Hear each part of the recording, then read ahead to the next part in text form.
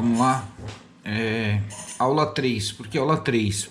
Porque a primeira aula foi de energia e potencial elétrico, né? Tô contando as aulas que eu dei para vocês, tirando aulas de correções, tô falando em conteúdo, né?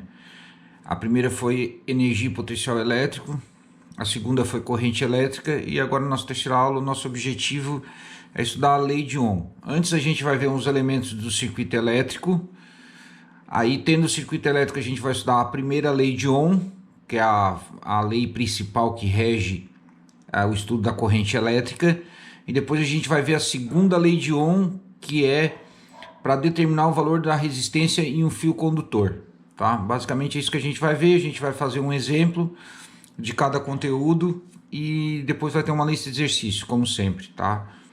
Ok? Então vamos lá. Leis de Ohm, aula 3. Primeiro, são três partes. São elementos do circuito elétrico, primeira lei de Ohm, segunda lei de Ohm, e a gente vai falar alguma coisa de reostato também, que tem a ver com a segunda lei de Ohm. Circuito elétrico. Um circuito elétrico simples é obtido conectando-se as extremidades de um fio condutor aos polos de um gerador elétrico, uma pilha, por exemplo. Então aqui eu tenho uma pilha e eu pego um fio condutor, isso aqui é um fio, e eu ligo nos polos ou nos terminais de uma pilha ou de um gerador elétrico, onde tem um polo positivo e um polo negativo. Tem aquela diferença de potencial U que a gente viu lá em potencial elétrico. O circuito elétrico pode ser completado colocando-se um elemento que irá utilizar essa energia, tá? Produzida pelo gerador, como uma lâmpada ou um dispositivo para acionar um dispositivo para acionar o circuito de interruptor. Para ter um circuito elétrico, tem que ter um gerador, tem que ter um fio condutor em circuito fechado, que ligue de um polo ao outro da pilha, e tem que ter um elemento que consuma essa energia. Se eu não tiver esse elemento que consome, eu vou ter um curto-circuito, vai pegar fogo esse sistema. Então, basicamente, o circuito elétrico ele precisa ter um gerador, um fio condutor em circuito fechado, que ligue de uma ponta na outra, e no meio disso tem que ter um elemento para consumir essa energia, que no caso seria aqui no nosso exemplo uma lâmpada. E claro, tem que ter também, só que não é obrigado a ter, esses três são obrigados a ter. E normalmente tem também um dispositivo de comando para a gente abrir e fechar esse circuito, interromper a passagem da corrente elétrica, que normalmente é um interruptor. Então eu boto um dispositivo de comando para permitir ou não a passagem da corrente elétrica. Olha que aqui ele já fala em sentido convencional, ó. Ele já desenha a corrente elétrica saindo do polo positivo, como se fossem as cargas positivas que se locomovessem. Então, a partir de agora, a gente nunca mais vai falar naquele sentido real lá, onde são os elétrons que se afastam do polo negativo e vão para o polo positivo. Corrente elétrica, quando a gente for analisar o circuito elétrico, ela vai sair do polo positivo e vai ir para o polo negativo. Então, basicamente, no circuito elétrico tem que ter três elementos, uma bateria, um fio e circuito fechado e um elemento que consome essa energia. E ocasionalmente, ou deve ter, né, um dispositivo de comando para abrir e fechar, para interromper ou não essa passagem da corrente elétrica, ok? Tá. Então o circuito elétrico basicamente é isso. Vamos falar de alguns elementos que podem ter no circuito elétrico, que tem. Elementos de um circuito elétrico. Gerador elétrico. Gerador é um dispositivo capaz de transformar uma forma qualquer de energia, transforma qualquer energia em energia elétrica. Então a gente já viu que energia não se cria, se transforma, né? Então o que eu posso fazer para criar energia elétrica, na verdade eu não vou criar energia elétrica, eu vou transformar um tipo de energia em energia elétrica. E o gerador ele faz isso, ele transforma energia de uma reação química, energia de uma queda d'água, energia do giro de um motor, energia da queima de um combustível, energia do vento, tá? Transforma esses diferentes tipos de energia em energia elétrica, isso é um gerador. Por exemplo, uma pilha transforma energia química em energia elétrica. Uma hidrelétrica, lá o gerador de uma hidrelétrica, transforma a energia potencial gravitacional da queda da água em energia elétrica. Uma energia eólica, ele transforma a velocidade do vento em energia elétrica, né? Então, tudo isso são geradores. O nome gerador é inadequado, uma vez que esse dispositivo não gera nem cria cargas elétricas, apenas fornece energia às cargas elétricas que o atravessam. Como exemplo, temos pilhas, baterias, usinas hidrelétricas. A representação de um gerador é isso aqui, ó.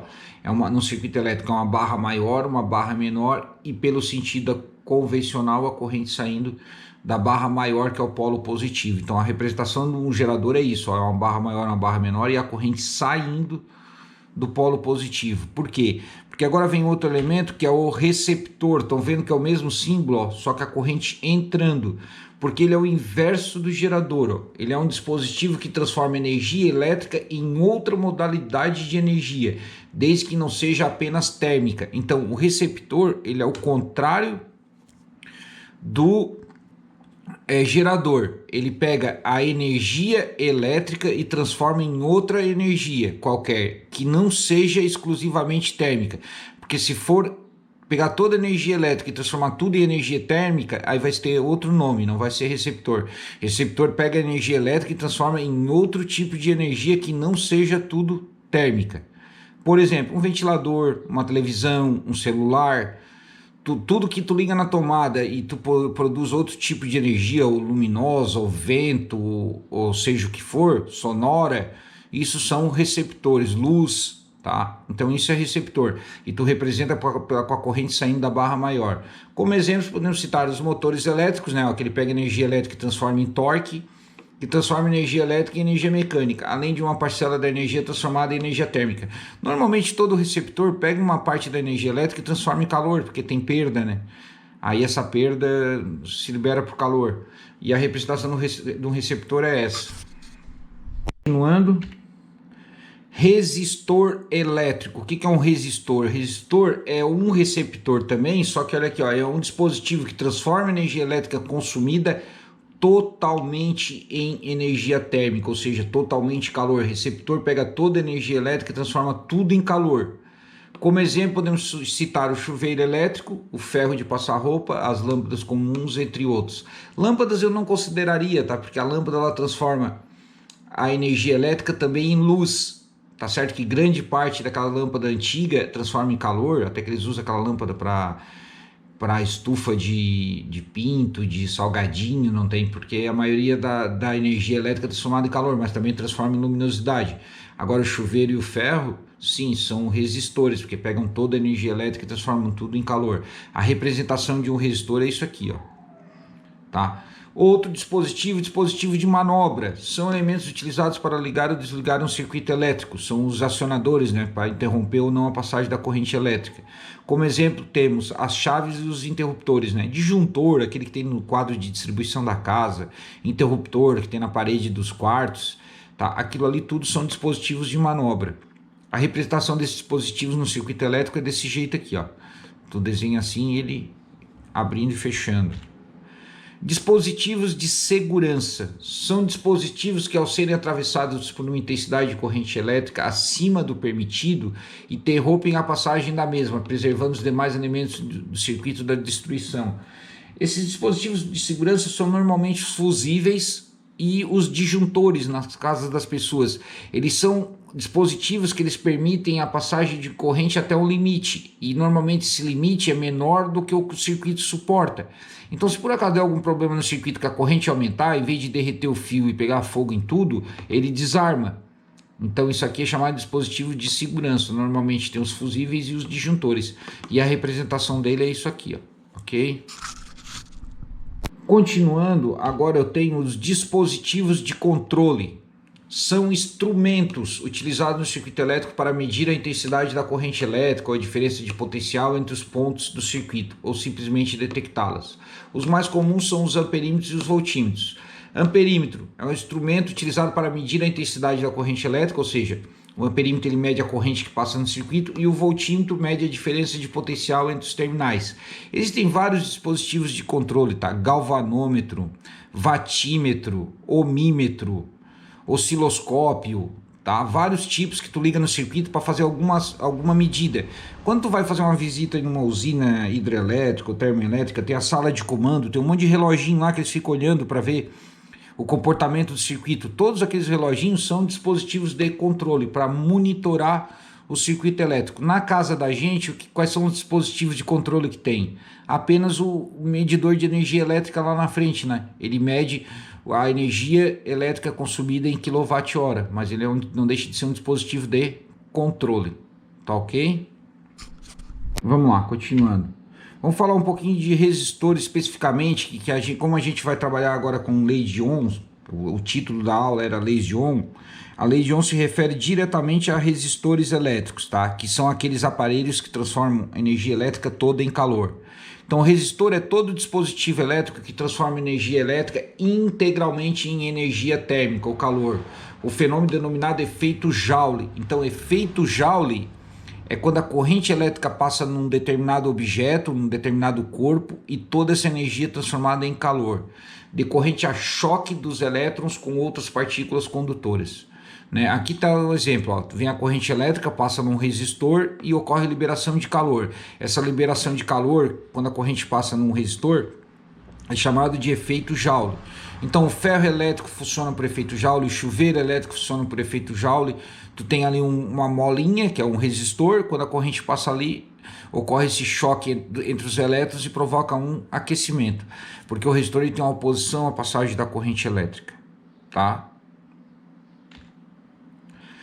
Então vamos falar o que é resistência elétrica. A gente está falando até agora em resistor. Resistor é o aparelho, é o dispositivo que tu pega na mão, é o objeto. Resistência é uma grandeza física, é a grandeza física de oposição à passagem da corrente elétrica. Quando o eletricista vai lá no chuveiro de vocês que queima, que ele diz que tem que trocar a resistência, ele não está trocando a resistência, ele está trocando o resistor, que é a mola, que é o aparelho. A resistência é a grandeza física principal que o resistor tem, que é a oposição à passagem da corrente elétrica. Ela é representada por um R, e vocês vão ver que a unidade é o ohm.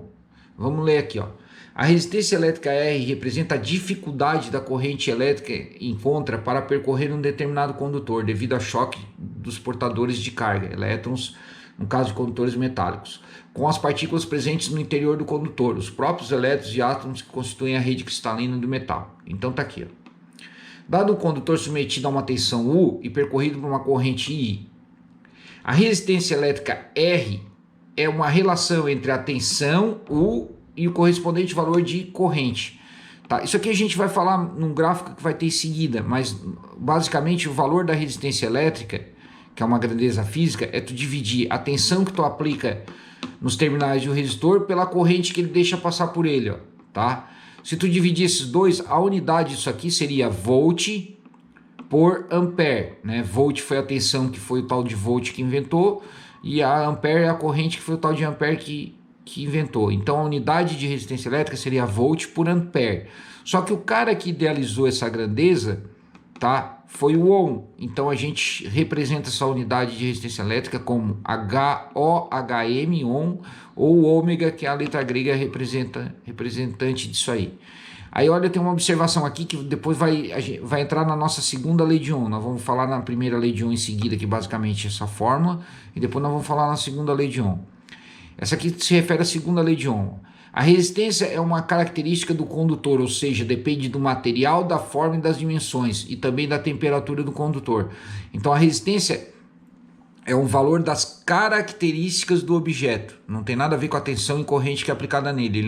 A resistência é um valor fixo.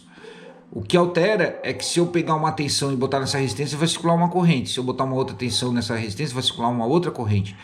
Tá? Então, a corrente que circula quando eu aplico uma tensão vai depender... A corrente que circula vai depender dessa tensão, nunca da resistência, que a resistência é fixa. Ok? Então, vamos lá. Leis de Ohm, vamos lá. Leis de Ohm. Assim que os primeiros instrumentos de medidas elétricas foram construídos, começou-se a se pesquisar a relação entre tensão e corrente elétrica. A tensão que eu boto no circuito elétrico e a corrente que circula. Os primeiros dados sistemáticos foram obtidos pelo físico alemão Georg Simon Ohm. Primeira lei de Ohm. Olha o que o Ohm fez. Ó. Um resistor submetido a diferentes tensões apresenta correntes elétricas com diferentes intensidades. O que ele fez? Ele montou um circuito elétrico e ele começou a botar um valor de tensão e via quanto é que circulava de corrente. Aí ele mudava o valor de tensão e via quanto é que circulava o valor de corrente. Botava outro valor de tensão e circulava outro valor de corrente. E ele viu que quando ele dividia esses valores, dava sempre o mesmo valor, que tinha a ver com a oposição à passagem da corrente elétrica. E essa oposição à passagem da corrente elétrica é o que ele chamou de resistência elétrica. Tá? Então, por isso que na fórmula anterior que vocês viram ali, ó, resistência e tensão sobre corrente, por causa dessa experiência que ele fez aqui, ó, que a relação entre tensão e corrente vai dar exatamente o valor da resistência. Como foi ele que inventou essa fórmula, essa grandeza física, a unidade seria de ohm. E se tu fizer um gráfico, dá uma linha reta, porque é o que a gente chama de resistor ôhmico, acontece isso aqui. Existem resistores que essa lei aqui não funciona, que tu vai fazer o gráfico com uma curva, porque à medida que ele vai aquecendo, ele vai se deformando, e aí essa relação não fica sempre a mesma. Mas não é o caso do nosso estudo, tá? A gente vai estudar aqui resistores que obedecem à primeira lei de Ohm. Então a primeira lei de Ohm é essa aqui, ó, tá? Então a primeira lei de Ohm está aqui, ó. Nos condutores ômicos, a intensidade da corrente elétrica é diretamente proporcional à tensão aplicada. Assim, aí ele fala da curva ali. Ok? Aí aqui tem um exemplo bem simples, né? Ó. Um condutor submetido a uma fonte de tensão de 30 volts, é o U, é percorrido por uma intensidade de corrente igual a 3 amperes, que é o I. Qual a resistência do condutor em questão? R é igual a U sobre I, o U é 30 volt, o I é 3, vai dar 10, unidade de resistência elétrica é o Ohm. Aplicação de primeira lei de Ohm básica, né? Agora, segunda lei de Ohm. Segunda lei de Ohm é isso aqui, ó. Ela ensina, é uma fórmula que ensina a calcular o valor da resistência elétrica de um fio condutor. Basicamente, ela é diretamente proporcional ao comprimento e inversamente proporcional à área, à seção do fio aqui, ó. E aqui tem o que a gente chama de resistividade elétrica, que é a característica do material. Por exemplo, o cobre tem um valor, o alumínio tem outro, que indica a oposição à passagem da corrente elétrica. Basicamente é isso. Para eu determinar a resistência de um fio, eu pego o comprimento do fio, multiplico pela resistividade dele, que é o valor tabelado, do cobre é 1, do alumínio é outro, e divido pela área da seção transversal. O problema disso aqui é que comprimento normalmente é em metro e a área de seção transversal às vezes é em milímetro, então tu tem que converter. E a resistividade, a unidade é Ohm vezes metro. Vamos ler, ó. Para condutores em forma de fio, Ohm verificou experimentalmente que a resistência elétrica de um condutor depende do comprimento do fio L e da área da seção transversal A e do tipo de material que constitui o corpo, que é o ρ. Aqui, ó. A expressão da segunda lei de Ohm é essa. A resistência elétrica de um fio é diretamente proporcional ao comprimento, ou seja, quanto maior o comprimento, quanto mais comprido for o fio, maior a resistência, e inversamente proporcional à área, por isso que ele está embaixo. Quanto maior, mais grosso for o fio, maior for a seção do fio, né, menos se opõe à passagem da corrente elétrica, ou seja, menor a resistência. Onde P, isso aqui não é P, tá? É esse ρ aqui, ó. Onde ρ é a constante de proporcionalidade, grandeza do material que é feito condutor, denominada resistividade elétrica, que só depende da temperatura. No sistema internacional, a unidade de resistividade elétrica é o Ohm vezes o metro. Deve ter um exemplo agora. Exemplo. No comércio de fio condutores são conhecidos por números de determinadas escalas, os fios. A mais usada é a AWG, American Wire Gauge. Um fio mais usado nas instalações domiciliares é o número 12 AWG. A seção transversal desse fio é 3,3 milímetro quadrado. Então isso aqui é a área 3,3 milímetros quadrados. Sabendo que a resistitividade do cobre é 1,7 vezes 10 na menos 8, ó, o ρ é 1,7 vezes 10 na menos 8, a 20 graus, isso aqui não interessa pra gente, tá? Não tem temperatura na fórmula, né? Ó, tá vendo? Determine a resistência elétrica, ele quer saber o R, num fio de 200 metros de comprimento. Então aqui está 1 vezes metro, aqui está metro. Nosso problema é passar esse milímetro quadrado para metro quadrado. Como é que a gente faz? 1 metro tem 1000 milímetros. Então 1 metro quadrado vai ter 1000 ao quadrado milímetro quadrado, que é 1 milhão. Então para passar de milímetro quadrado para metro quadrado, você tem que pegar a seção em milímetro quadrado e dividir por 1 milhão. Se tu pegar 3,3 e dividir por 1 milhão, que é 1,6 zeros, vai dar 0,5033, ou 3,3 vezes 10 na menos 6. Aí tu bota na fórmula, ó, a resistitividade é 1,7 vezes 10 na menos 8, o comprimento é 200 centímetros, que é o L, né? Ó, aqui eu botei a resistitividade, que é o L, e a seção é esse valor aqui. Como é que fica isso aqui? Tu pega o 1,8 e multiplica por 200 e divide por 3,3. E aí esse 10 na menos 6 vai para cima, 10 na mais 6. Aí tu diminui 10 na menos 8 mais 6, fica menos 8 mais 6 dá menos 2. Aí isso aqui provavelmente, essa conta aqui deve ter dado 100, 1,7 vezes 200 vezes 3,3 deve ter dado 100, deixa eu só confirmar, 1,7 vezes 200 dividido por 3,3, ó, 1,7 vezes 200 dividido por 3,3 dá 103. Aí esse 103 tu botaria aqui e daria 10 na menos 8, e aqui 10 na menos 6 vai para cima, 10 na mais 6, menos 8 com menos 6 dá menos 2. Aí se tu pegasse o 103 puxasse 2 vírgulas para a esquerda, daria 1,03. Aí ele botou só 1 ohm como resultado. Aqui teria que dividir por 1 milhão, porque 1 milímetro, 1 metro tem 1000 milímetros, então 1 metro quadrado tem 1000 ao quadrado milímetro quadrado, que seria 1 milhão. Aí tu divide por 1 milhão, vai dar 0,000. Esse 8 aqui tu bota aqui. Se tu quiser para tirar isso aqui, tu pode puxar 0,8 vezes para cá. Tu ia ter um 0,000 vezes 200 dividido por 0,000 tudo ali que dividiu por 1 milhão. Daria provavelmente 1,03, ok? Quem tem calculadora científica pode botar esse valor aqui na calculadora científica, né? Que tá certinho. Vocês já aprenderam a mexer isso aí quando vocês fizeram dilatação dos sólidos. Reostato.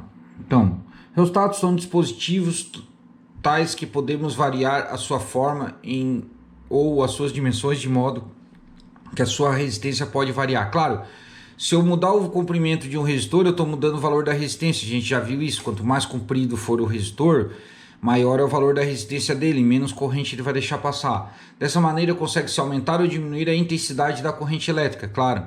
Se a tensão é fixa, 220 volts, no caso de uma casa. Se eu conseguir mudar o comprimento do resistor, eu vou estar mudando o valor da resistência. E mudando o valor da resistência, eu estou mudando o valor da corrente. Se eu aumentar o comprimento e aumentar a resistência, eu diminuo a corrente. E provavelmente vai diminuir a potência, vai diminuir a luminosidade de uma lâmpada, alguma coisa desse tipo. Então, reostatos são resistores com resistência variável. O reostato é aquele dimmer que tem em quarto de criança, que eles tiram o interruptor e botam tipo uma chavezinha que roda, ou que aumenta e diminui, né?